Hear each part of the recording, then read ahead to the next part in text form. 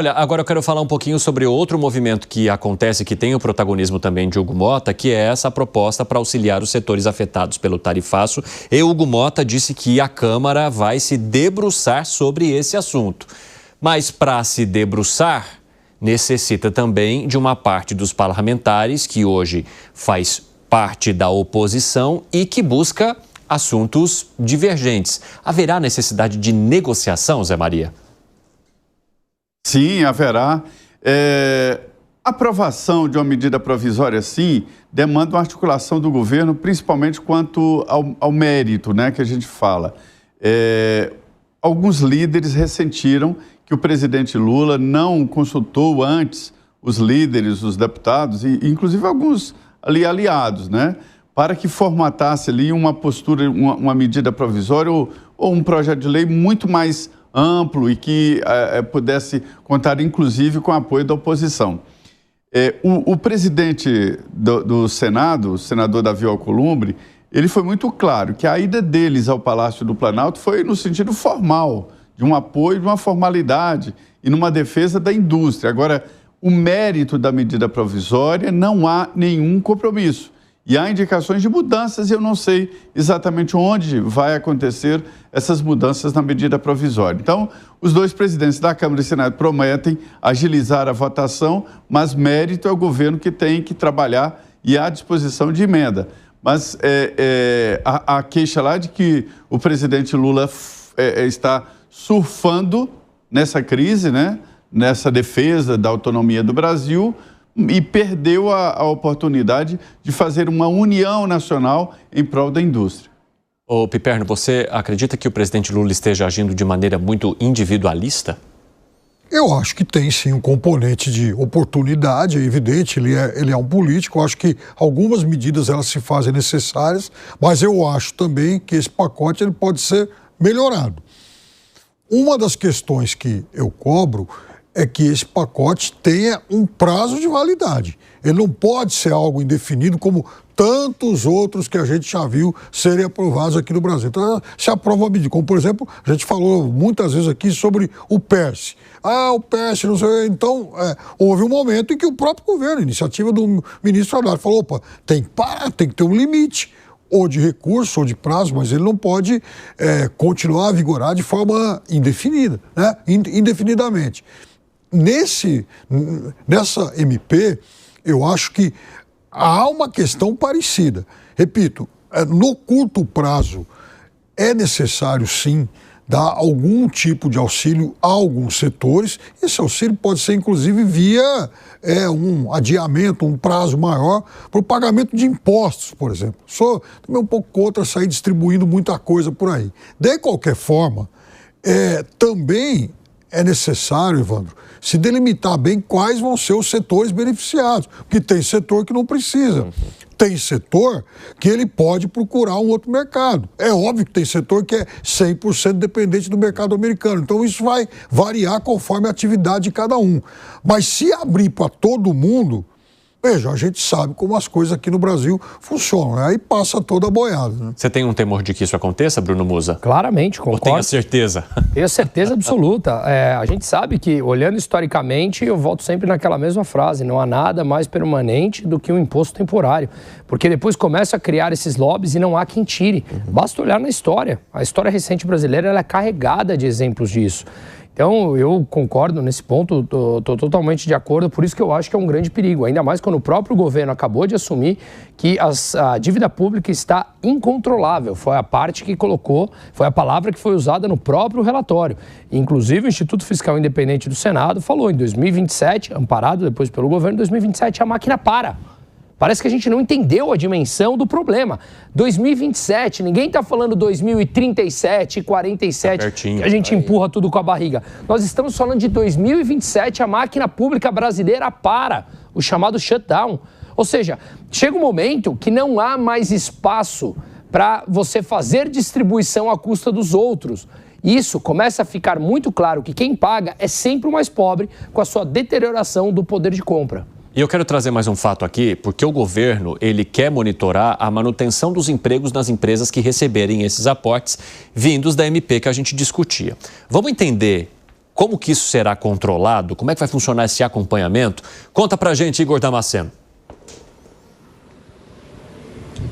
Evandro, já está publicada no Diário Oficial da União a criação da Câmara Nacional de Acompanhamento de Emprego, que vai ser de responsabilidade do Ministério do Trabalho e Emprego. Na prática, serão 6 servidores do MTE que vão integrar esse novo órgão subordinado ao Ministério do Trabalho, e esses 6 membros da Câmara, eles serão indicados pelo ministro Luiz Marinho. Só para a gente contextualizar, de acordo com a medida provisória do tarifaço, assim como ela tem sido chamada aqui no Palácio do Planalto, as empresas que conseguirem linhas de crédito daqueles aportes de 30 bilhões de reais ao todo, anunciados pelo presidente Lula, para receber esses aportes é preciso se comprometer a não demitir pessoas.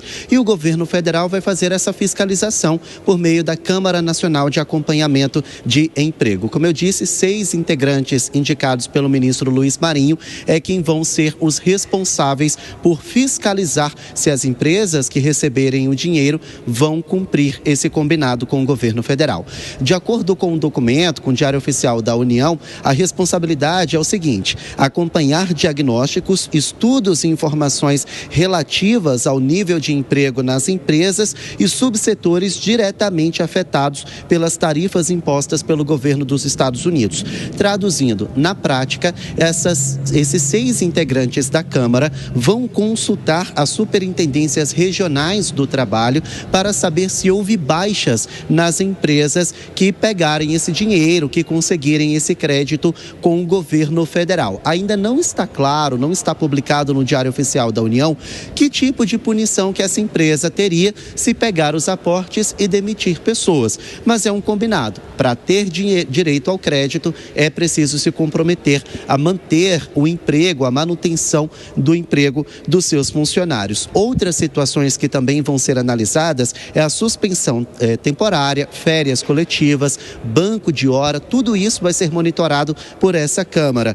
E agora é tudo para que não haja uma demissão em massa no país por causa do tarifaço do presidente dos Estados Unidos. A medida provisória já está em vigor, a Câmara já está criada, esses 6 servidores que vão compor a Câmara já vão ser indicados por Luiz Marinho. Então agora as empresas já podem também pegar esse dinheiro, esse crédito, e também já serão monitoradas pelo governo federal por meio do Ministério do Trabalho e Emprego. Evandro. Obrigado pelas informações, Igor Damasceno. Eu quero muito ouvir a opinião de vocês sobre essa Câmara que será criada pelo Ministério do Trabalho, a possibilidade também de acompanhamento por parte de sindicatos. Como é que você avalia essa proposta, Langani? Porque a gente sabe que quando se mistura comissão, Câmara de Controle, sindicato, o pessoal já regala um olho. Bom, eu já sou crítico em dar dinheiro para as empresas por conta do efeito fiscal, que depois você não tira o subsídio, você afeta toda a dinâmica do setor. Agora conseguiram piorar.